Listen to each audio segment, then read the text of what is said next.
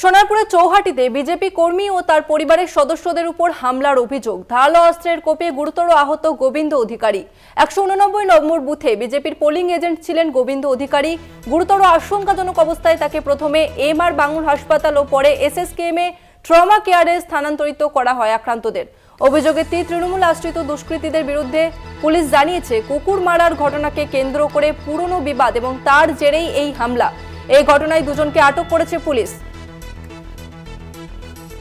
সোনারপুরে BJP কর্মী এবং তার স্ত্রী পুত্রের উপরে হামলার অভিযোগ।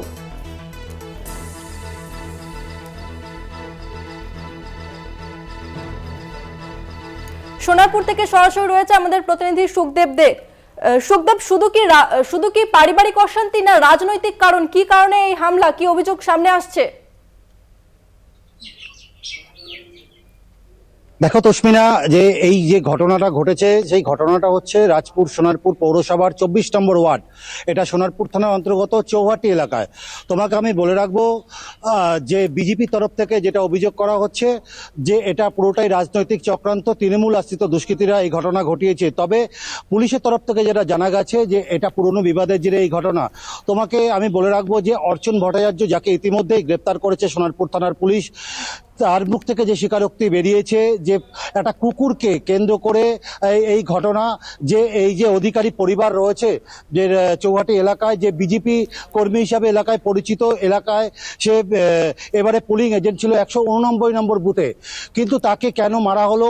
গতকাল রাতে সে ভোজালি দিয়ে এই অর্চন ভট্টাচার্য সে মারধর করেছে।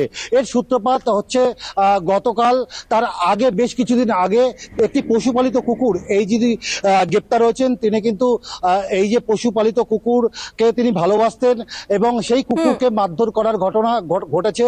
এরপরেই সে যেহেতু চেন্নাই আইআইটি খড়গপুরে আইআইটি যে পড়াশোনা করতে প্রথম বর্ষের ছাত্র, এবং তার সাথে একটি প্রেমের সম্পর্ক ঘটে। স্মৃতি যে দেবনাথ রয়েছে, যাকে ইতিমধ্যে সোনারপুর থানার পুলিশ আটক করে জিজ্ঞাসাবাদ করছে, তার মেয়ের সাথে একটি প্রেমের সম্পর্ক গড়ে ওঠে। সেই প্রেমের সম্পর্ক গড়ে ওঠার পরেই যে তারা যেহেতু পার্শ্ববর্তী প্রতিবেশী মানুষ, তাদের উপরেই এরকম কুকর্ম অত্যাচার করে বলে সেই তার প্রেমিকার অভিযোগ। তারপরেই তার প্রেমিককে চেন্নাইতে খবর দেওয়া হয়, সেখান থেকে সে ছুটে এসে গতকালই সে ধারালো অস্ত্র অর্থাৎ ভোজালি দিয়ে কোপানো হয় বলে অভিযোগ করেছেন। তবে স্থানীয় যে কাউন্সিলর রাজীব পুরোহিত, 24 নম্বর ওয়ার্ডের কাউন্সিলর, তিনি যেটা অভিযোগ করেছেন এটা কোনো মতে রাজনৈতিক কারণ নয়, এটা সম্পূর্ণ পারিবারিক বিবাদের জন্যই এই ঘটনা ঘটেছে। তবে বিজেপি তরফ থেকে বারবার করে অভিযোগ করা হচ্ছে যে তৃণমূল আশ্রিত দুষ্কৃতীরা এটা প্ল্যান করেই তাদের উপরে এই হামলা চালিয়েছে বলে অভিযোগ করা হচ্ছে। তবে পুরো ঘটনায় এখনো তদন্ত শুরু করেছে সোনারপুর থানা পুলিশ। এখনো পর্যন্ত একজনকে গ্রেপ্তার এবং দুজনকে আটক করে জিজ্ঞাসাবাদ করছে সোনারপুর থানার পুলিশ। রশ্মিনা। সুখদেব, স্থানীয় তৃণমূল নেতৃত্বের তরফ থেকে